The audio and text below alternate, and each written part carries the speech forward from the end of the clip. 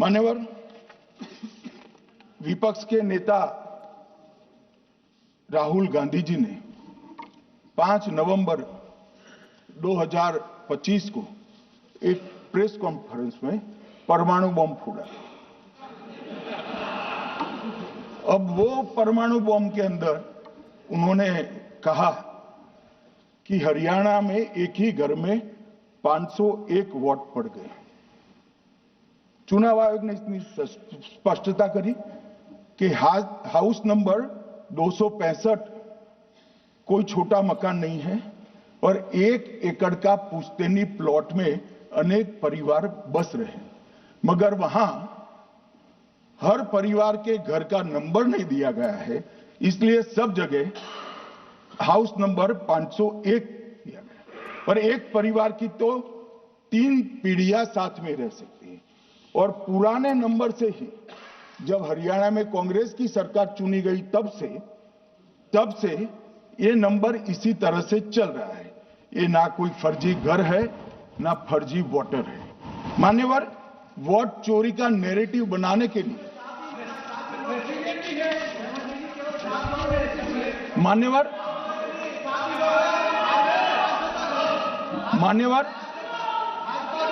बिहार में भी मेरा भाषण पूरा हो जाने दो। नहीं, आप अभी पूरा भाषण नहीं, कई बार नाम आएगा।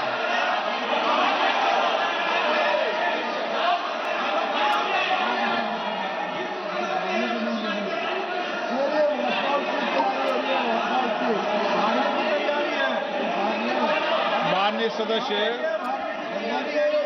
2 मिनट बैठिए, मैं कुछ बोलना चाहता हूं। 2 मिनट बैठिए, मैं एक मिनट। मान्यवर सदस्य, 1 मिनट। मान्यवर, मेरा विपक्ष के नेता से एक निवेदन है कि 2 मिनट सुन ले मुझे, बाद में उनको बोलने का मौका दीजिए। मान्यवर, 2 मिनट। मान्यवर, मेरा आपसे विनम्र निवेदन है, मैं आधी रात तक बैठने के लिए तैयार हूं, मुझे कोई आपत्ति नहीं। मेरा भाषण समाप्त हो जाए। अरे सुनिए ना भाई, सुनो ना, 2 बड़े बोलते हैं तब बीच में नहीं बोलते। मान्यवर, मेरा भाषण समाप्त हो जाए। प्लीज नहीं। मान्यवर, मेरा भाषण समाप्त हो जाए बाद में, इसमें जितने भी मुद्दे विपक्ष के नेता खड़े करेंगे, मेरी मर्यादा में इसका जरूर जवाब दूंगा, मुझे कोई आपत्ति नहीं। मेरा विनंती इसलिए है मान्यवर,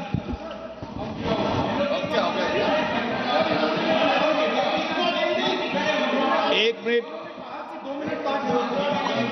उनको पूरी बात करने दें। हाँ। मान्यवर, मेरा विनंती भी मान्यवर, नो प्लीज डिबेट नहीं करते बेटे। मान्यवर, मेरा विनंती इसलिए है कि शायद वो जो मुद्दा खड़ा करना चाहते हैं उसका जवाब मेरे आगे भाषण में आ जाएगा तो मुद्दा ही नहीं बचेगा, इसलिए मैं कह रहा हूं मुझे पूरा सुन लिया जाए। मान्यवर, बिहार में एक मतदाता की उम्र 34 साल बताई गई, 34 साल की है, इसको 124 साल बताया गया। सच था कि इसमें उम्र 124 बार छपी थी। बाद में मिंता देवी जी ने खुद बताया कि उन्होंने ऑनलाइन आवेदन किया था और वो ऑनलाइन आवेदन करने में गलती हो गई, इसके कारण उम्र 124 बार साल छपी थी। अब इसके आधार पर मतदाता सूची पर प्रश्न कर दिए।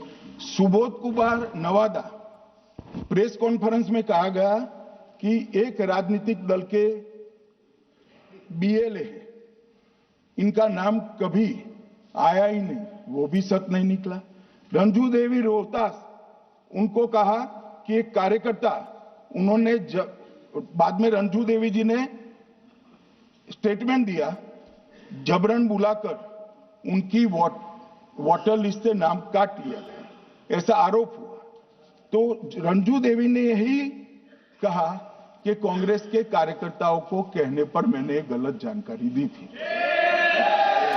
मान्यवर, ये जो प्रेस कॉन्फ्रेंस हुई और उसने जिस प्रकार का देश में माहौल बनाया, चलो ये तो मैंने आरोप जो लगाए थे और सत्य क्या है कहा, मगर मैं विपक्ष के नेता ने जो प्रेस कॉन्फ्रेंस में कहा कि मतदाता सूची ठीक नहीं है, इसको सुधार करना चाहिए, तो भाई गहन पुनर्निरीक्षण क्या है, एसआईआर क्या है, मतदाता सूची का सुधार करने की प्रक्रिया है और वो कर रहे हैं तो भी विरोध कर रहे हैं, पुरानी मतदाता सूची कर रहे हैं तो भी विरोध कर रहे हैं। भाई मतदाता सूची पुरानी हो या नहीं, आपका हारना तय है, ये मतदाता सूची से नहीं होता। मान्यवर, उन्होंने कहा अपने लॉजिक के समर्थन में कहा कि भारतीय जनता पार्टी को कभी एंटी इनकम्बेंसी का सामना नहीं करना पड़ता। मान्यवर, एंटी इनकम्बेंसी इनके खिलाफ होती है जो जनहित के विरुद्ध काम करें। ये बात सही है कि भाजपा को एंटी इनकम्बेंसी का फायदा विरोध बहुत कम करना पड़ता है। हमारी सरकारें बार बार चुनकर आती हैं, चाहे राज्य में है या केंद्र में, परंतु ऐसा नहीं है कि हम 2014 के बाद एक भी चुनाव नहीं हारे। छत्तीसगढ़ में 18 में हारे, राजस्थान में 18 में हारे, मध्य प्रदेश में 18 में हारे, कर्नाटक में भी 14 के बाद हारे, तेलंगाना में हम जीत नहीं पाए, चेन्नई में हम जीत नहीं पाए, बंगाल में भी हम हारे। भाई तो तब तो ये मतदाता सूची बहुत अच्छी होती है, तब से नए कपड़े पहनकर आप शपथ ले लेते हो। उस वक्त मतदाता सूची का विरोध नहीं करते हो, और जब मुंह की पटखनी पड़ती है बिहार की तरह, तब मतदाता सूची का विरोध करते हो। माननीय, दोहरे मापदंड नहीं चलेंगे लोकतंत्र में।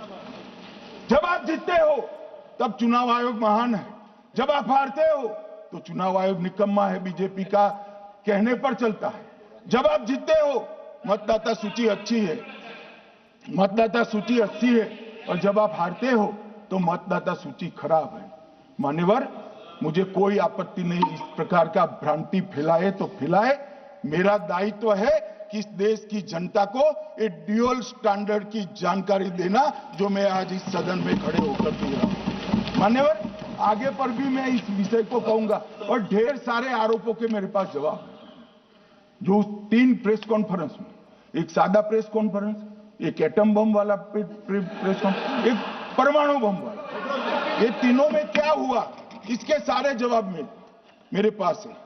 मान्यवर, अब ये कहते हैं कि 2-2 जगह है, 2-2 जगह मतदाता है।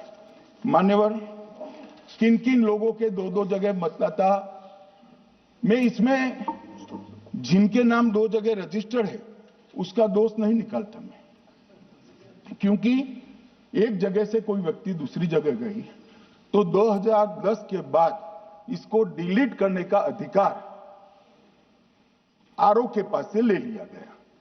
इसके कारण ये विसंगतियां खड़ी हुई। किसके हैं? श्री प्रशांत किशोर जी के 2 जगह मतदाता है, पवन खेरा जी का भी है, तेजस्वी यादव का स्वयं का है, टी सिद्दीकी एनआईसी केरल के नेता का है, मान्यवर संजय सिंह आप पार्टी के नेता के हैं, एक किशोरी पेडनेकर यूबीटी शिवसेना के हैं, इनका भी है।